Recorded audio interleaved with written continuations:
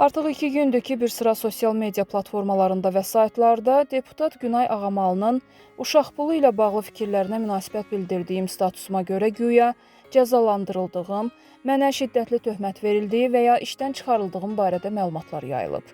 Əvvəla onu bildirim ki, haqqımda xəbər paylaşanların peşəkarlıqdan nə dərəcədə uzaq olduqları və reallığı araşdırmadıqları, paylaşılan başlıqlarda hətta soyadımın belə tamamilə səhv yazılmasından açıq-aydın görünür. No Comment azın məlumatına görə bu sözləri deputat Günay Ağamalının uşaq pulu ilə bağlı açıqlamasına tənqidi yanaşdığı üçün cəzalandırıldığı deyilən Şərq Qapısı qəzetinin əməkdaşı Elnurə Cəfərova deyib. Onun sözlərinə görə barəsində yayılan iddialar heç bir şəkildə həqiqəti əks etdirmir və fəaliyyətini maneəsiz şəkildə davam etdirir.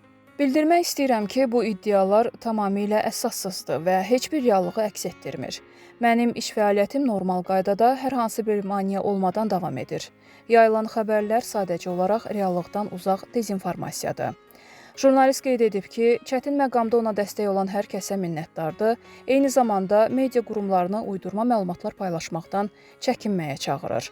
Bu prosesdə hadisənin əslini bilmədən belə olsa, narahat olan, mənə mənəvi dəstək verməyə çalışan, yanımda olan bütün dəyərli həmkarlarıma və dövlət qurumlarında çalışan mütəxəssislərə, dostlara göstərdikləri həssaslığa və diqqətə görə dərin təşəkkürümü bildirirəm. Sizin bu dəstəyiniz mənim üçün çox qiymətlidir. Həmçinin digər media qurumlarından və sosial media səhifələrindən xahiş edirəm ki, rəsmi olaraq dəqiqləşdirilməmiş, faktlara söykənməyən bu cür uydurma xəbərləri paylaşmağa son qoysunlar.